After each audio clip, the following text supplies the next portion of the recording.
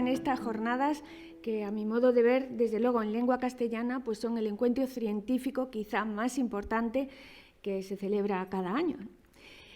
Agradecérselo a la Junta Directiva que me propuso para hablar aquí y agradecer también a la generosísima presentación que ha hecho de mí Carmen Peña, que bueno, se debe fundamentalmente a que, como ella también ha dicho, somos muy buenas amigas, ¿no? Bueno, dicho esto, pues yo pensaba, ¿por qué me habrán encargado este tema?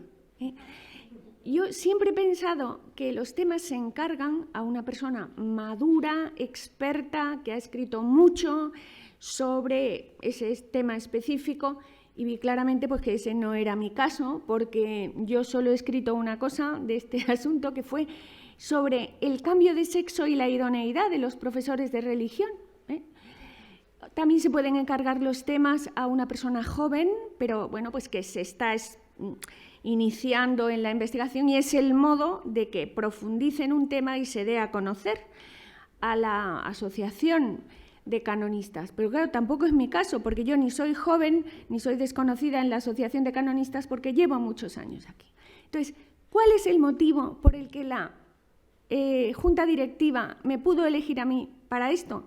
Pues probablemente porque el tema, digamos, para empezar así, es un poco difícil, y porque, como soy conocida, saben que no suelo decir que no. Entonces, pues han dicho, pues a esta le va a caer, porque no va a decir que no. Quizá ese ha sido el criterio, ¿no? Dicho esto, por rebajar las expectativas, si alguno piensa, bueno, nos va a solucionar todos los problemas acerca de este tema difícil, ¿no? Pues no, creo que no. Pero, pues dicho esto, paso a tratar el tema que se me ha confiado, que es la disciplina sacramental y su posible conflicto con los supuestos de aplicación de las leyes LGTBI. Bueno, he dividido mi exposición en 3 apartados fundamentales y uno cuarto más breve, ¿no? La introducción, que son las cuestiones previas a las que, a mi parecer, hay que darles bastante importancia dentro de mi intervención. Luego, la recepción y administración de los sacramentos en los que la condición sexuada de la persona es relevante. La recepción y administración de los sacramentos en los que no hay referencia alguna a la condición sexuada de la persona. Y luego, por último, pues los remedios jurídicos ante una eventual negativa injustificada de la administración de un sacramento, esto si un fiel lo solicita e injustificadamente se lo han denegado, y la eventual responsabilidad de los pastores que administren un sacramento indebidamente, ¿no?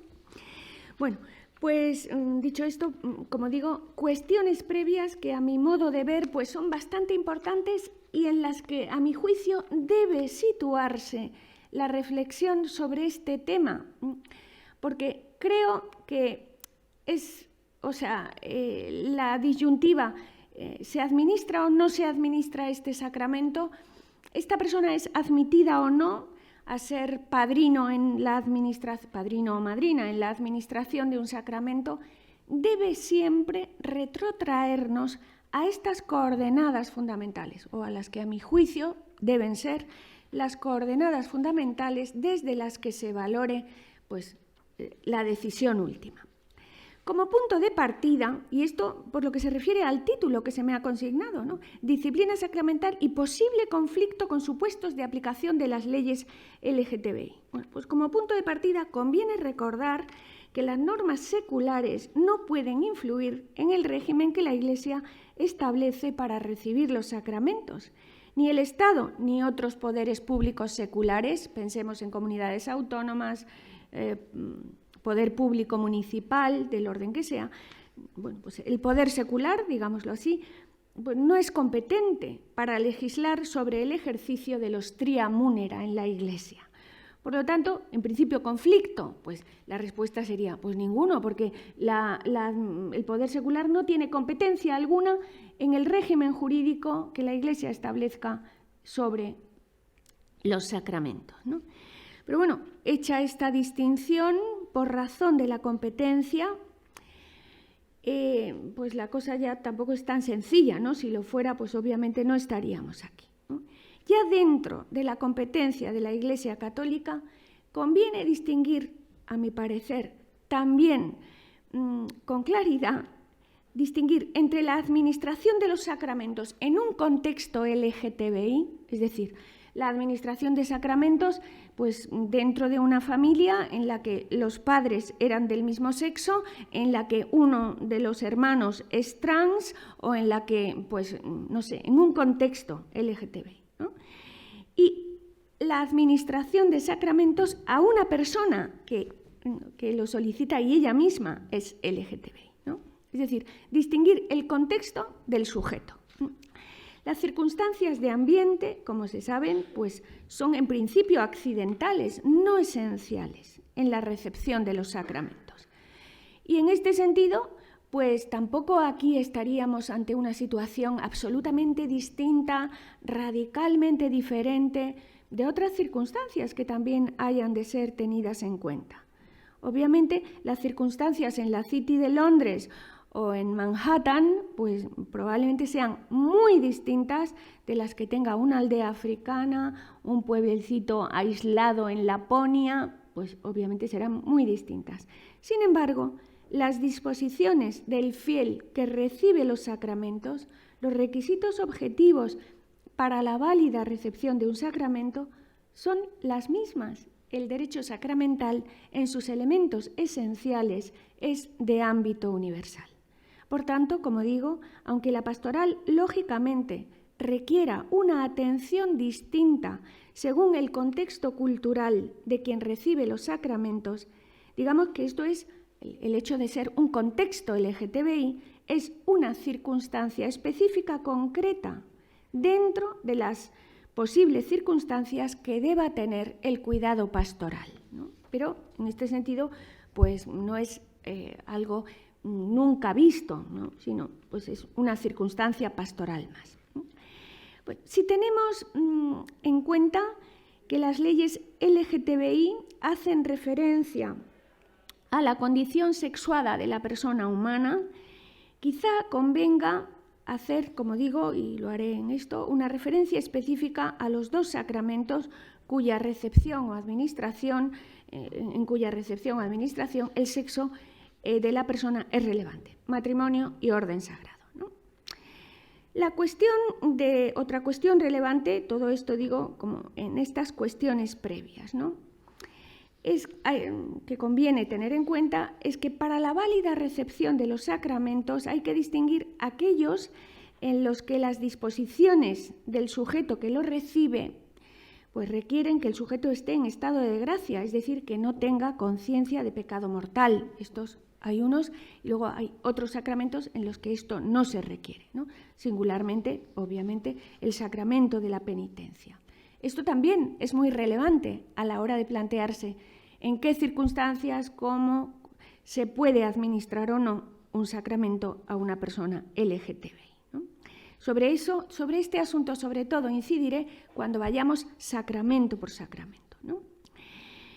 Bueno, como se verá, como digo, pues el hecho de llegar a una conducta homosexual activa o el hecho de haberse sometido a una operación de cambio de sexo, pues en el fondo y a mi parecer en verdad no tiene una consideración distinta respecto a la recepción de los sacramentos de la que tienen otras conductas que se apartan también públicamente de la moral católica. O sea, digamos que la eventual negativa que pudiera darse a una de estas personas no es por razón de su condición, sino por otros criterios genéricos que tienen los mismos efectos sobre otros sujetos que no son de este colectivo. Bueno, dicho esto, y para centrar el diálogo con las personas LGTBI que eventualmente puedan solicitar, pues aquí, como es lógico, hay muchas personas que son ordenados, ¿no? O sea, que son sacerdotes y que, por tanto, se verán en su ejercicio del ministerio quizá en alguna ocasión o en alguna circunstancia como las que vamos a plantear, ¿no?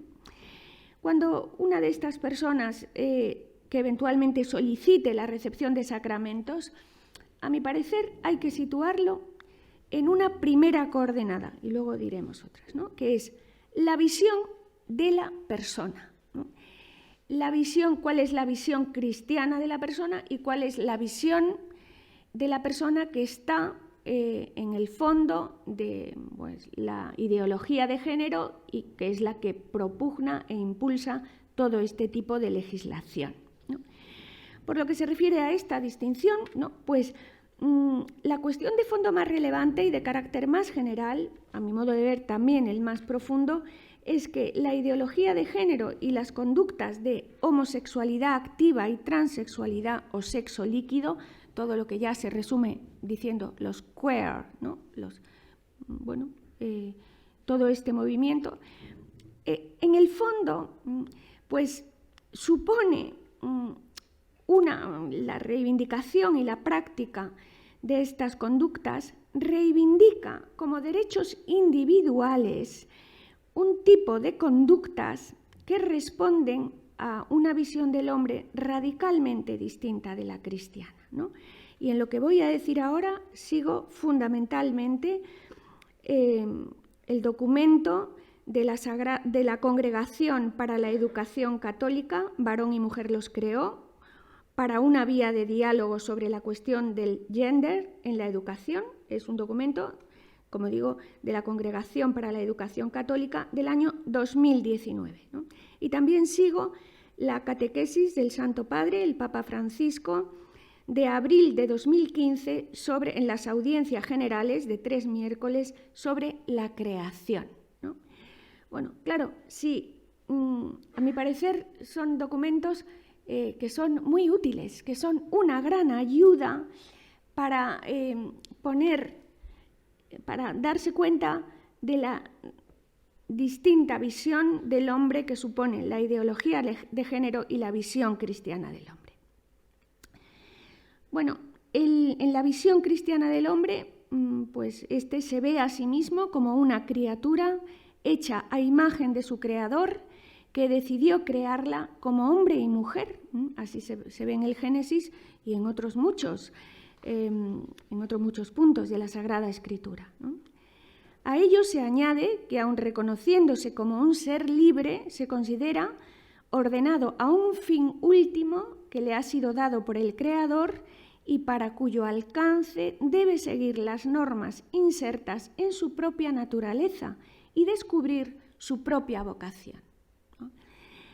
La vocación de toda persona, según la visión cristiana del hombre, sean cuales sean las circunstancias peculiares o el estado en que se concrete, o sea la vocación matrimonial, sea la vocación sacerdotal, sea una vocación al celibato dentro o fuera de la vida religiosa, sea la que sea, es siempre un modo de vivir el amor. Es decir, es siempre un modo de vivir la donación de sí mismo. En cambio, la ideología de género, en esta ideología, el cuerpo y el espíritu del ser humano se consideran totalmente escindidos.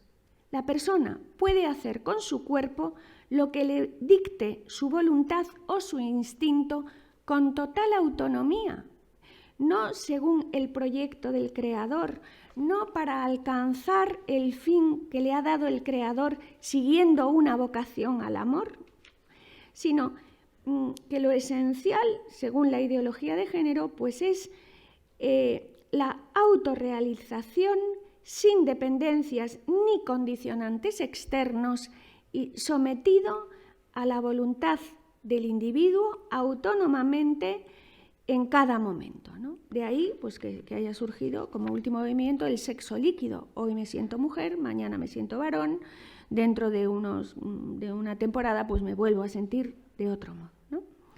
La felicidad, según la ideología de género, no es alcanzar el amor y la unión con el Creador a través del amor, sino es vista como el mayor grado posible de satisfacción de los propios deseos y la propia voluntad.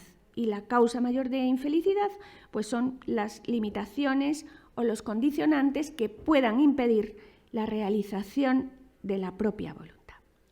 Bueno, como se ve, el verdadero problema de fondo de la recepción de sacramentos de quienes comparten la visión antropológica de la ideología de género no es una cuestión legalista de unos cuantos señores o señoras anticuados que huelen a naftalina y dicen que no. Bueno, se entiende la expresión huelen a naftalina, ¿no? O sea, que una cosa apolillada, ¿no?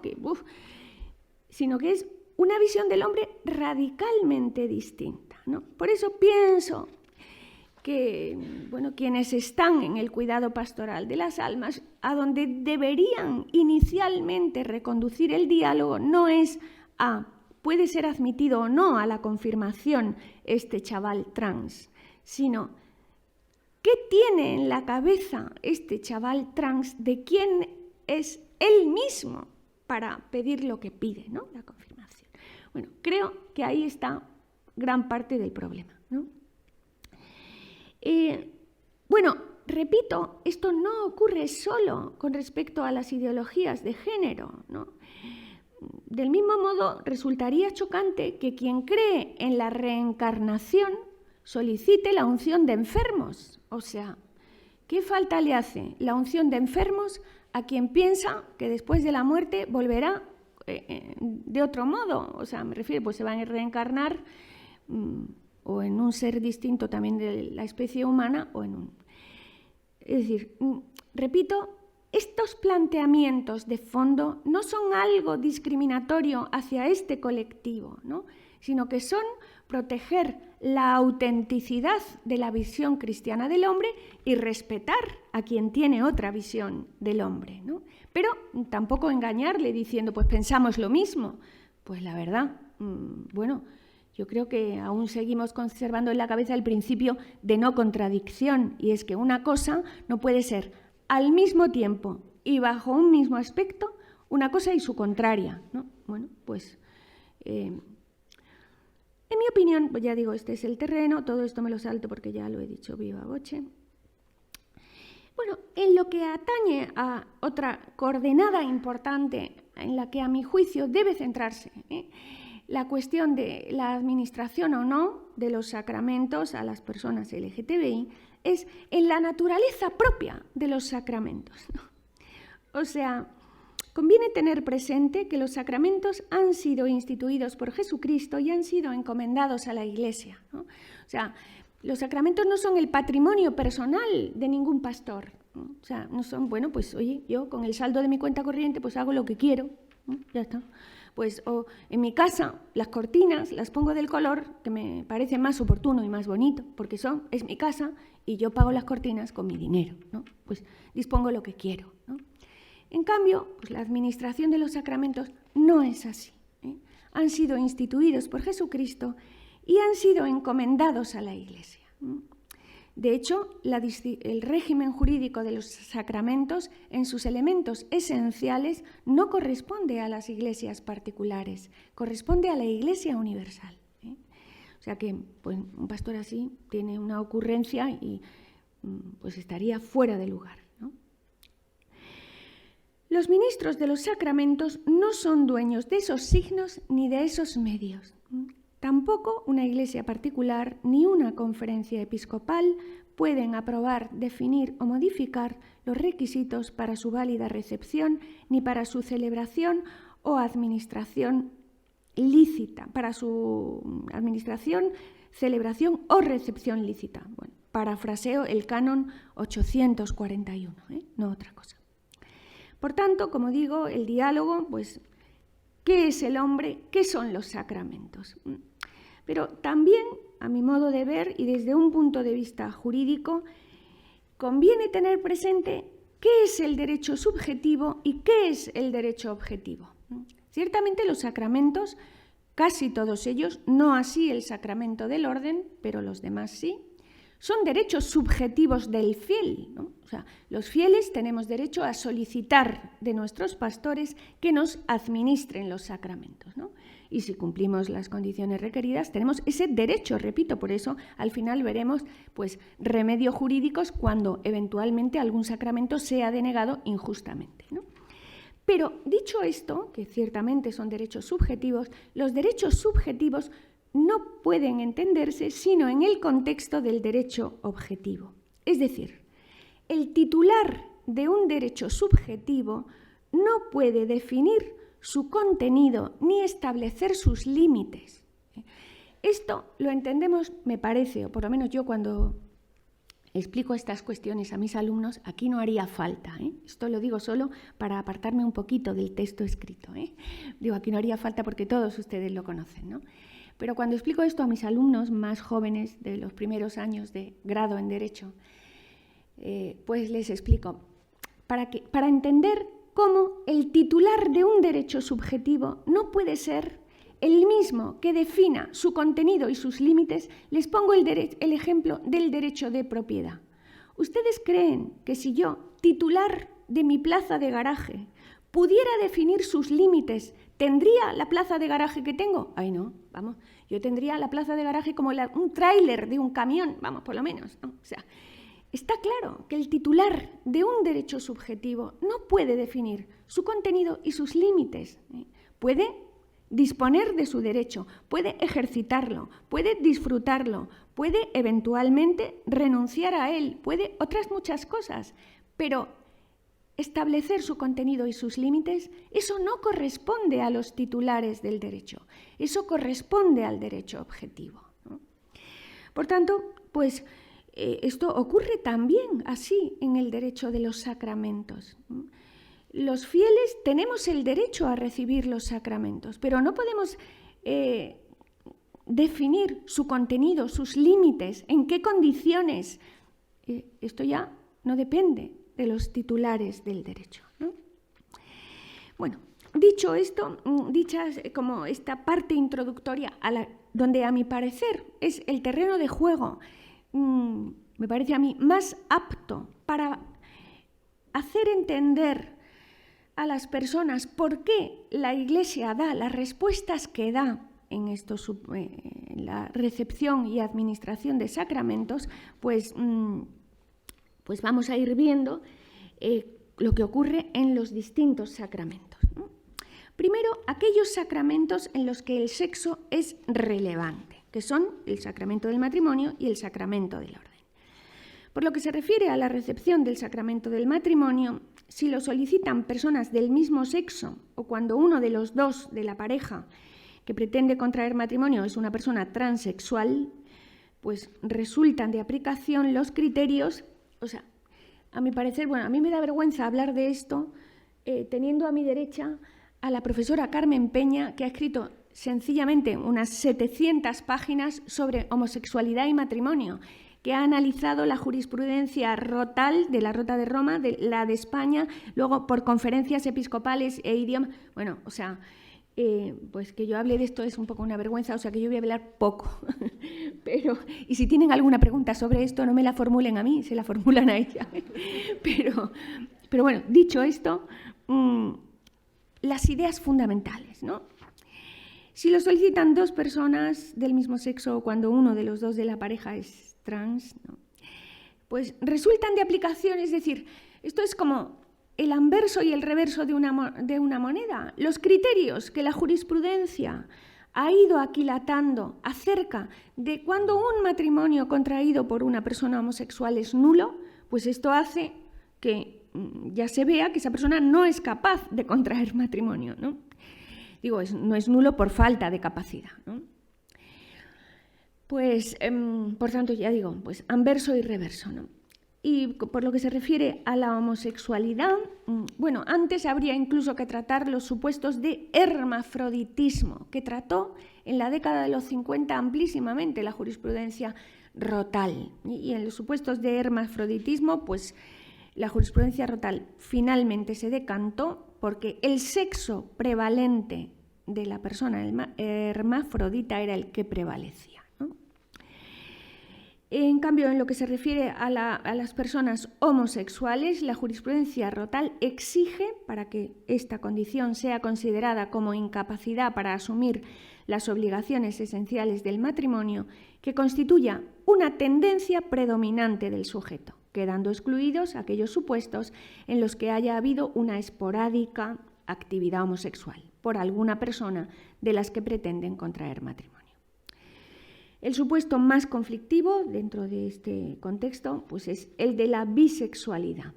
En estos supuestos quizá pueda aconsejarse por parte de los pastores la necesidad de acudir al criterio de un experto, del mismo modo que luego los peritos opinan en sede, en el foro, es decir, en el tribunal, pues que los pastores recomienden a quienes les piden que les administre el sacramento del matrimonio, pues que si hay algún caso de estos, acudan previamente a un perito, ¿no?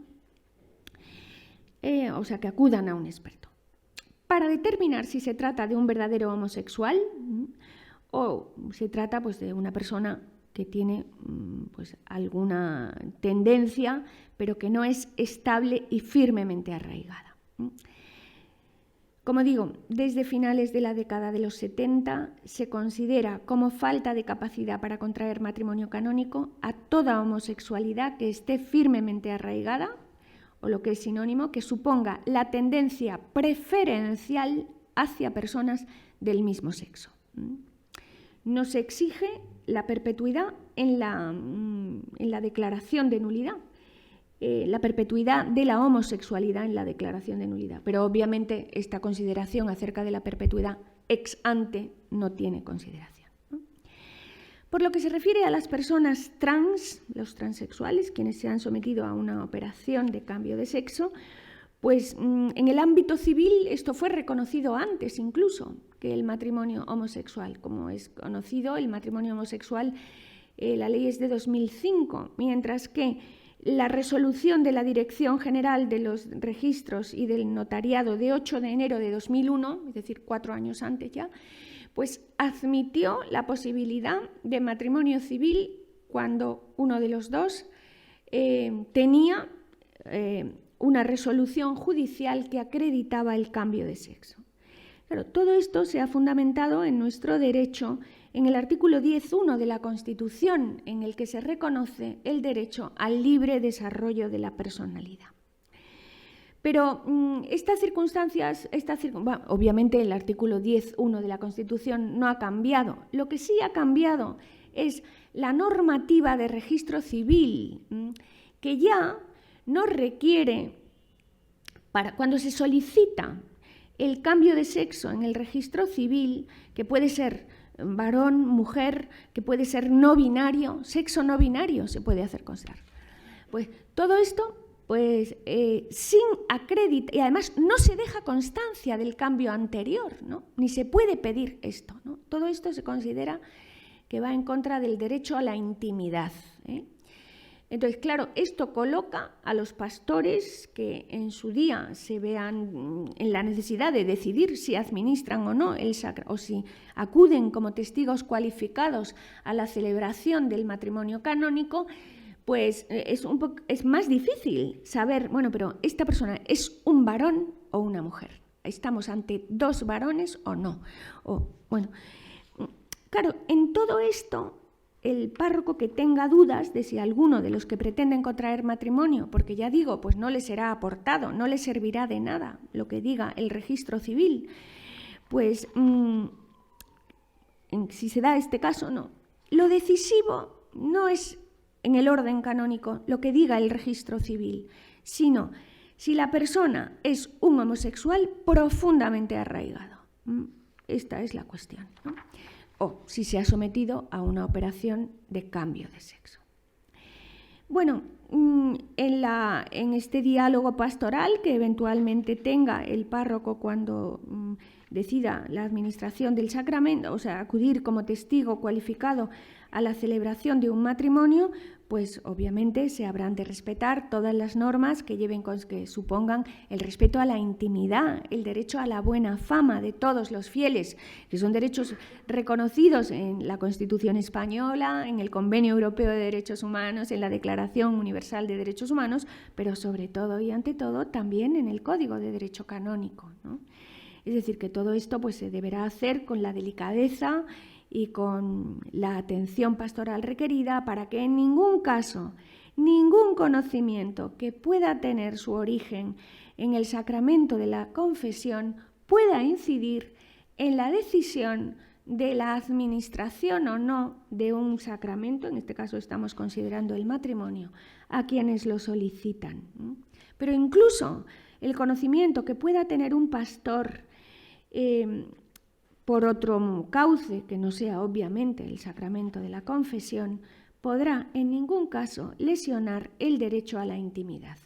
Todo ello, en el fondo, lo que exige es quizá pues, una preparación, unos cursos de preparación al matrimonio, pues, que expliquen con claridad la antropología cristiana y la visión cristiana del matrimonio, y también quizá pues, un conocimiento de los pastores más cercano de las personas que solicitan el matrimonio, ¿no? Pero, pues ya digo, estos serían los criterios, ¿no?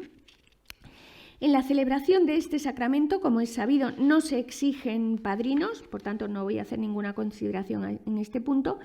Sí se exige, como elemento esencial para la validez del matrimonio en cuanto a la forma se refiere, la presencia de 2 testigos, así lo establece el canon 1108, párrafo primero.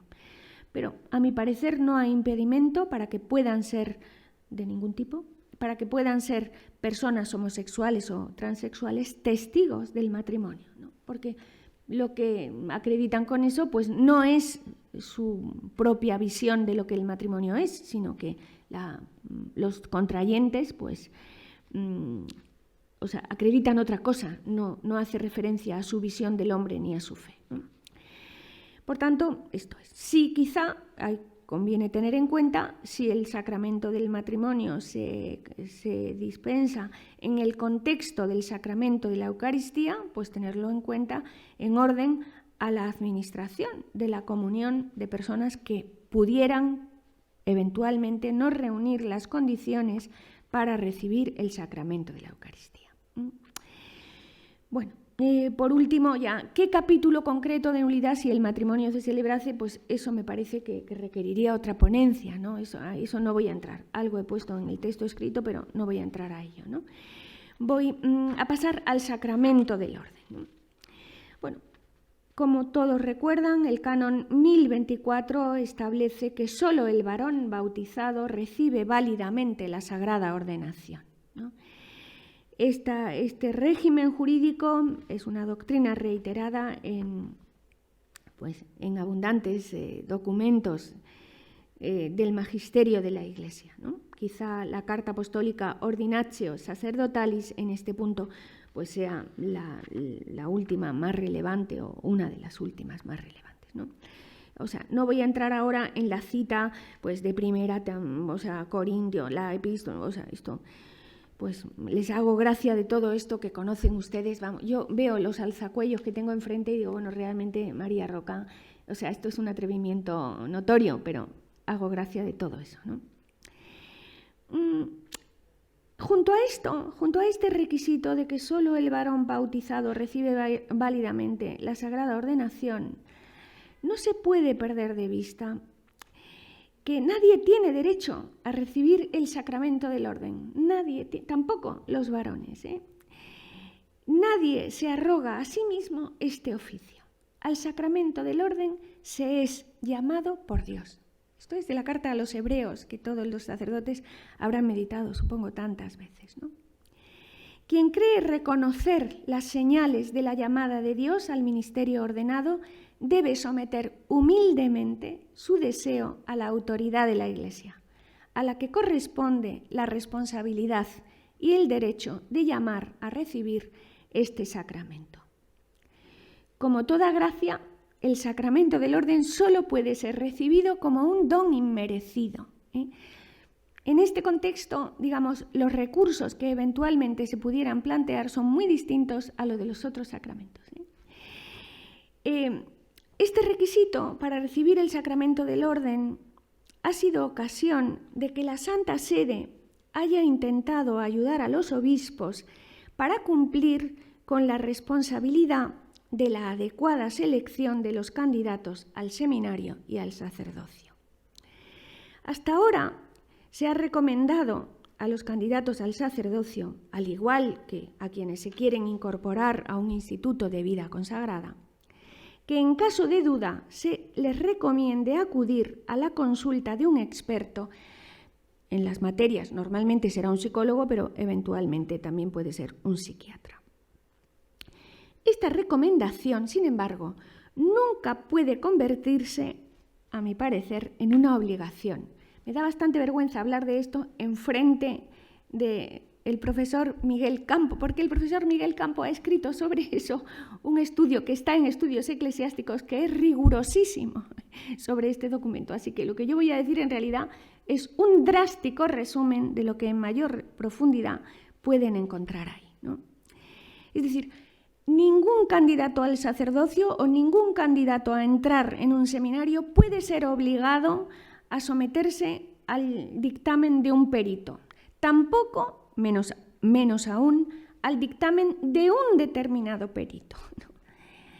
Pero bueno, también si es un instituto de vida consagrada, pues será el superior mayor. Si es un candidato al sacerdocio de una diócesis, pues será el obispo diocesano. ¿Quién determine? Bien, no tiene por qué someterse, pero la decisión última de si accede o no al seminario o al centro de formación, o si se ordena o no, pues corresponde al obispo. O sea, es muy libre de no someterse, pero también el obispo es libre de decir, bueno, no se ordena. O sea, en caso de que el candidato acuda, supongamos que acude a la consulta de un perito, no por ello pierde su derecho a la intimidad, ¿no? Es el propio interesado quien debe manifestar al formador. Ni el candidato pierde su derecho a la intimidad, ni el perito, ni para el perito se levantan sus deberes de silencio de oficio.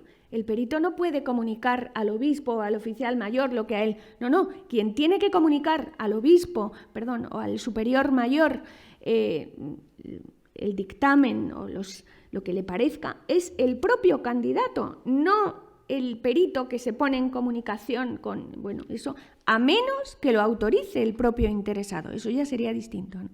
Porque quien tiene el poder de disposición sobre los contenidos que haya manifestado el perito es la propia persona que se somete al dictamen pericial, ¿no?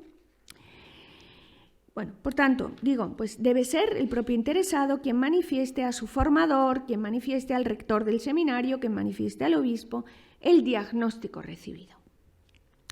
Del mismo modo que el diagnóstico corresponde al perito, sin embargo, el juicio de idoneidad corresponde a la autoridad canónica competente. O sea, ¿quién declara la nulidad de un matrimonio? Pues un tribunal eclesiástico.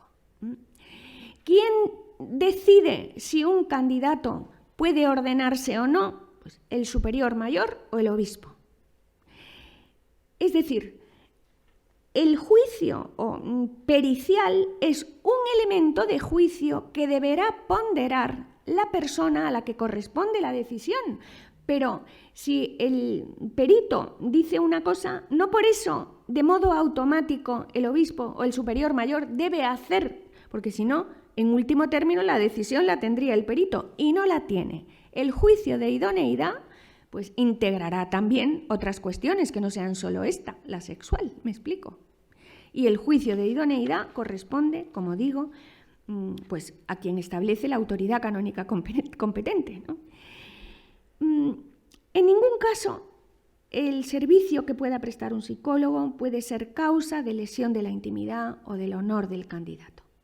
Este podrá decidir si acude o no a la consulta del especialista y podrá decidir a qué especialista y también podrá decidir de todo lo que ha oído, pues qué transmite y qué no.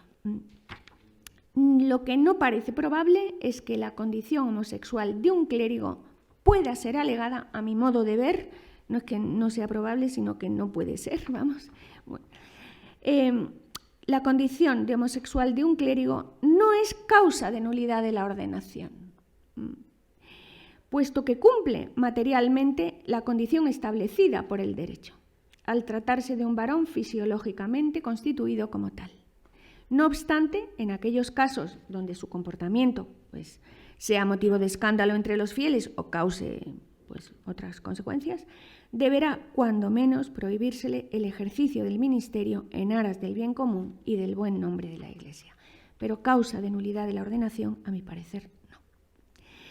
Bueno, debido al fenómeno de la transexualidad, se ha planteado en Estados Unidos si deberían establecerse como requisito pruebas de ADN para asegurarse de que quienes ingresan en seminarios son verdaderamente varones. Así lo ha recomendado el arzobispo de Milwaukee. Bueno, yo esto lo he leído en una agencia de noticias que es americana, que es la CNA. Yo no sé hasta qué punto esto es verdad o no, pero vamos, que parece ser, ¿no?, que en algún seminario de los Estados Unidos pues se ha dado el caso de que han ingresado personas transexuales, o sea, personas que primero eran mujeres, se sometieron a una operación quirúrgica y se hicieron hombres y ingresaron en un seminario, pero obviamente su ADN sigue siendo el ADN de una mujer, ¿no? Entonces, por eso el arzobispo de Milwaukee pues solicita al Comité de Asuntos Canónicos y Gobernanza Eclesial de la Conferencia Episcopal de los Estados Unidos que recomiende esto, ¿no? No sé si realmente esto se llevará a término o no. Por lo visto, según esta noticia, pues no se llegó a ordenar ninguno de estos, ¿no? O sea que no. Pero en estos casos, si un caso de esos se diera, a mi parecer, sí que sería una ordenación nula. Bueno, síntesis de estos dos sacramentos, ¿no? Pues a mi parecer, conviene no sobrevalorar la relevancia que estos supuestos tienen. Estos supuestos periodísticamente pues dan bastante juego, digámoslo así, ¿no? Pues en los Estados Unidos, pues dan bastante juego, pero quizá pues la cuestión no sea tan, no llegue tan alto, ¿no?, el agua en las inundaciones, ¿no? A este respecto, pues quiero traer aquí una cosa que a mí me llamó bastante la atención, ¿no? Yo hace un poco de tiempo estudié más o menos a fondo la jurisprudencia acerca de la eutanasia en distintos estados y también en la jurisprudencia del Convenio Europeo de Derechos Humanos, ¿eh? Esto cuando en España estaba en trámite la aprobación de la proposición de ley de eutanasia, ¿no? En la exposición de motivos de la Ley de Eutanasia española se cita una sentencia del Tribunal Europeo de Derechos Humanos, que es la sentencia Gros contra Suiza. Esa sentencia tiene hay dos sentencias, en verdad, del Tribunal Europeo de Derechos Humanos, una de primera instancia y otra de la Gran Sala.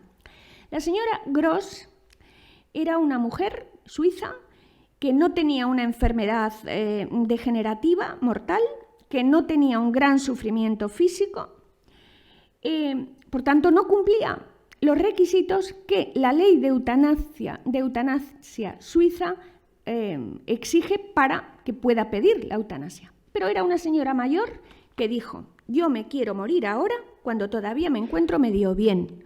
No me quiero morir cuando ya, pues quiero que ahora me apliquen la eutanasia. Claro, como no cumplía los requisitos, no encontró ningún médico que le recetara la medicina, no encontró ningún farmacéutico que le expidiera la medicina sin receta médica y acudió a los tribunales.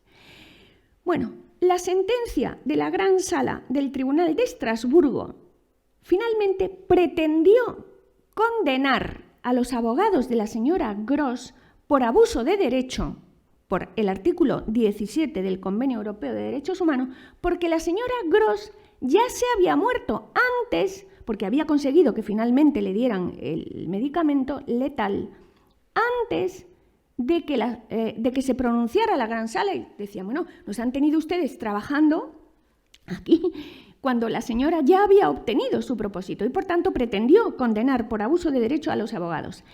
Y los abogados se defendieron diciendo, bueno, nosotros nunca hemos visto a la señora Gros. Nosotros siempre hemos tenido como interlocutor a un lobby que se llama Exit, salida, ¿no? O sea, que es el lobby que en Suiza promueve la ampliación del derecho a la eutanasia, ¿no? Entonces, traigo esto aquí a consideración porque pienso, bueno, realmente problema, verdad, en estos, al menos en los supuestos en los que hemos analizado hasta ahora, matrimonio y ordenación. Bueno, aunque haya estas noticias de Milwaukee en los Estados Unidos, realmente a veces estamos ante un caso como el de la señora Gross, que es como un lobby que quiere introducir pero que luego, vamos, que la señora Gross ya estaba muerta, antes de que la gran sala se pronunciara. Entonces, creo que, pues no sé, yo también leí que un señor que primero era varón, luego se hizo mujer, se hizo trans, era en Holanda, no en Estados Unidos, pues pretendió entrar en un convento de clarisas y las clarisas pues le dijeron que no podía entrar, claro. Pero decía, pero no me han explicado por qué. Por eso pienso, quizá lo más importante es ir a la raíz antropológica que está detrás, ¿no? Y tampoco dices, bueno, pues ya es la hora, ¿no? Sí, me quedan 5 minutos. Bueno, pues sacramentos, otros, vamos a ir ya muy rápido sobre los sacramentos, ¿no? Sobre los otros, voy a ir muy, muy rápido realmente.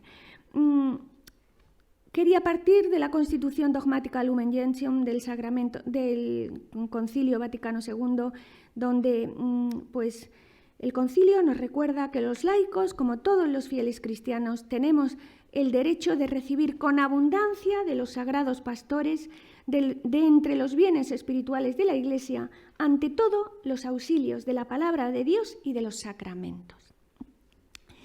Y quería traer esto aquí porque pienso tantas veces a una persona que pide los sacramentos sin reunir las condiciones requeridas para que la administración sea válida. Hay que decirle, pero bueno, la Iglesia no tiene solo los sacramentos, tiene la palabra de Dios, ¿no?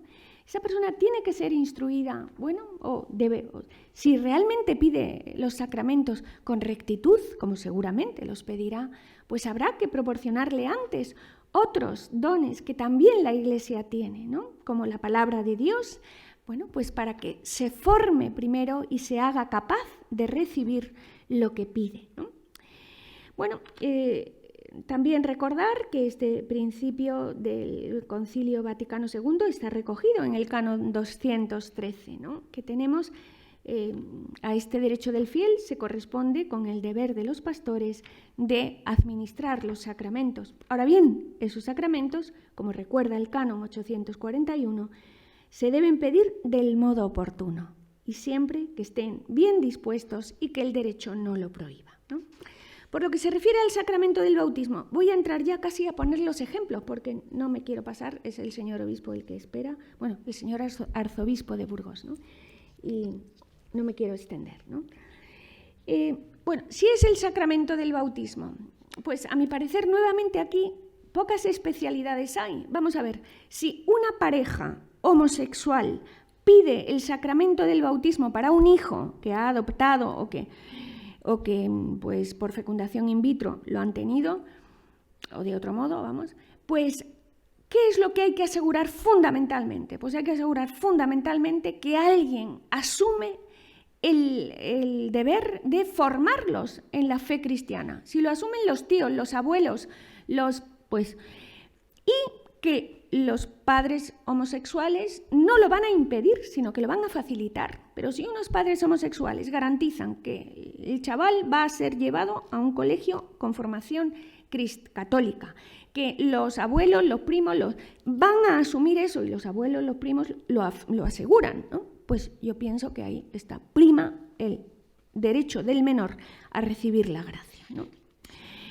Bueno, los padrinos de bautismo, porque en el bautismo, pues aquí, obviamente, a mi parecer, un transexual, un homosexual, no es la persona idónea para ser padrino de bautismo, porque con su propia, que además que eso sea externo, bueno, ya si es transexual es evidente, ¿no? Pero que sea públicamente, aquí habría que distinguir entre derecho y moral, ¿no? Otra cosa es que esporádicamente, pues como otras virtudes u otros mandamientos que tantos fieles no cumplimos adecuadamente, ¿no? Pero si no es así, sino que es una conducta pública, conocida, pues no es el caso, me parece a mí, de que deba ser admitido como padrino de bautismo una persona del colectivo LGTBI, ¿no? Y nuevamente, pues aquí yo creo que el diálogo ha de ser se te imponen unos deberes morales y jurídicos que no estás en condiciones de cumplir, ¿no? No es una discriminación, ¿no? Sino que es, pues, esto, ¿no? Sacramento de la confirmación, ¿no? Bueno, el sacramento de la confirmación es de los que se reciben en estado de gracia, ¿no? Bueno, el ritual de la confirmación recuerda, yo esto lo tengo mucho más desarrollado, pero no lo puedo decir ahora, sobre qué es derecho universal, qué ha dicho la Conferencia Episcopal y los decretos de los obispos españoles. En realidad, el derecho primero, obviamente, es el universal, después el de la Iglesia particular y subsidiariamente el de la Conferencia Episcopal, porque así lo dice el propio decreto general de la Conferencia Episcopal, que además es el primer decreto que promulgó, ¿no? La Conferencia Episcopal Española. Bueno, pues ahí se establece en principio la edad de los 14 años, pero los obispos han ido aumentando esto, de modo que hay algunos que exigen los 18, ¿no? Yo creo que la situación actual debería hacer pensar probablemente a los obispos si no conviene rebajar la edad, ¿no? Para que, en una edad más temprana puedan recibir el don del Espíritu Santo con docilidad y mejor preparados. Obviamente, lo digo porque las costumbres sexuales más apartadas de la fe católica probablemente se inician, y además la ayuda del sacramento para fortalecer al cristiano y darle la gracia de modo que pueda luchar contra ese ambiente, pues quizá lo aconseje, ¿no?